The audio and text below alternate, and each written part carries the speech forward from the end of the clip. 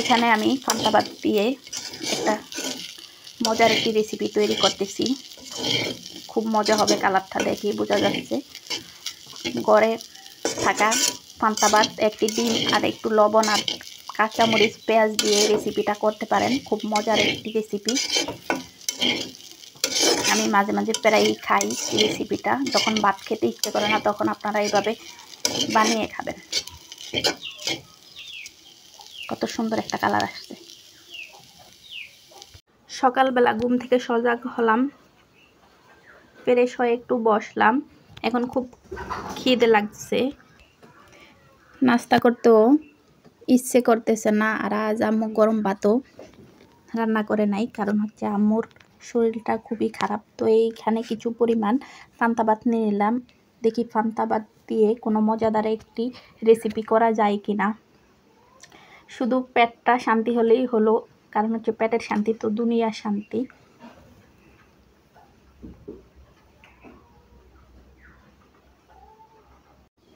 আমার রেসিপিটি শুরু করার আগে আপনাদের কাছে ছোট একটি রিকোয়েস্ট।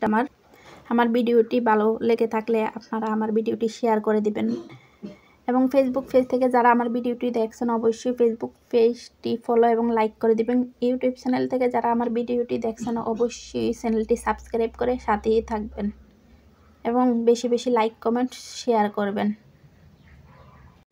তো এইখানে পান্তা ভাত নিয়ে নিলাম। পান্তা ভাত দিয়েও যে এত মজাদার একটি রেসিপি করা যায় হয়তো আপনারা আগে জানেনই নাই। একদম ফ্রাইড রাইসের মতো একটি রেসিপি। আমার অল্প পরিমাণে ভাত নিচ্ছি, কারণ আমি বেশি ভাত খেতে পারি না। সমলক্ষ রেসিপির জন্য চুলার উপরে এখানে একটা কড়াই বসিয়ে দিলাম, আর কড়াইতে দিয়ে দিলাম কিছু পেঁয়াজ কুচি। এখন দিয়ে দিব পরিমাণ মতো একটু সয়াবিন তেল দিয়ে দিলাম পরিমাণ মতো। এখন পেঁয়াজ কুচিটা বাদামি কালার করে ভেজে নিব, নাড়াচাড়া করে।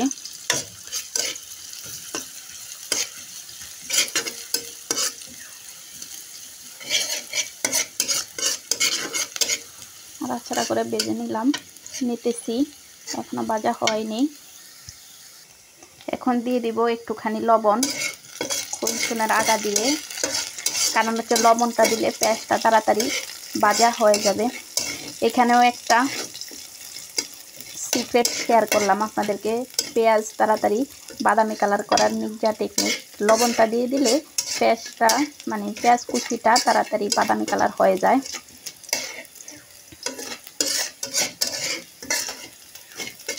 দিয়ে দিলাম। আর আমি আজকে আপনাদের সাথে এমন একটা রেসিপি শেয়ার করতে যাচ্ছি যেটা খেলে মুখে স্বাদ লেগে থাকার মতো একটা রেসিপি। আর এইখানে দিয়ে দিলাম একটা ডিমটা এখন নাড়াচাড়া করে ভেঙে নিব।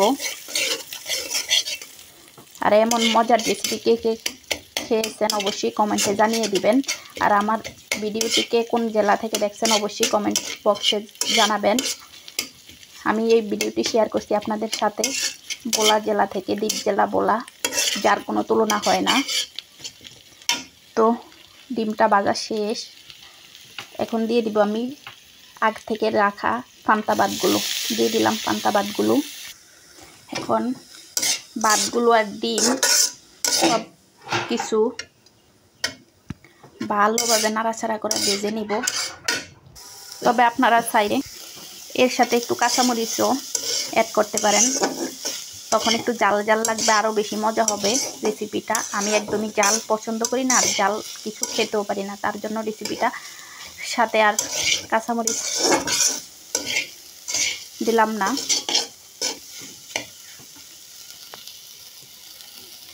দেখেন কালারটা কত সুন্দর আসছে, বুঝাই যাচ্ছে পেট পুরে খাওয়া যাবে, একদমই খিদা থাকবে না পেটে। আপনারা যারা পান্তা ভাত খেতে পারেন না তারা চাইলে এভাবে একটা রেসিপি তৈরি করে পান্তা ভাত খেতে পারেন, আর ঘরের ভাত ফালা যাবে না। তো আমার ভাতটা হয়ে গেছে, এখন চুলা থেকে নামিয়ে খেয়ে ফেলবো।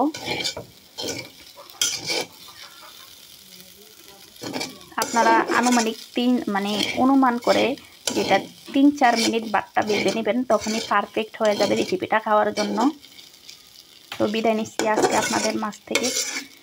দেখা হবে অন্য কোনো দিন অন্য কোনো ভিডিও মাঝে হাজির হবো আপনাদের সাথে।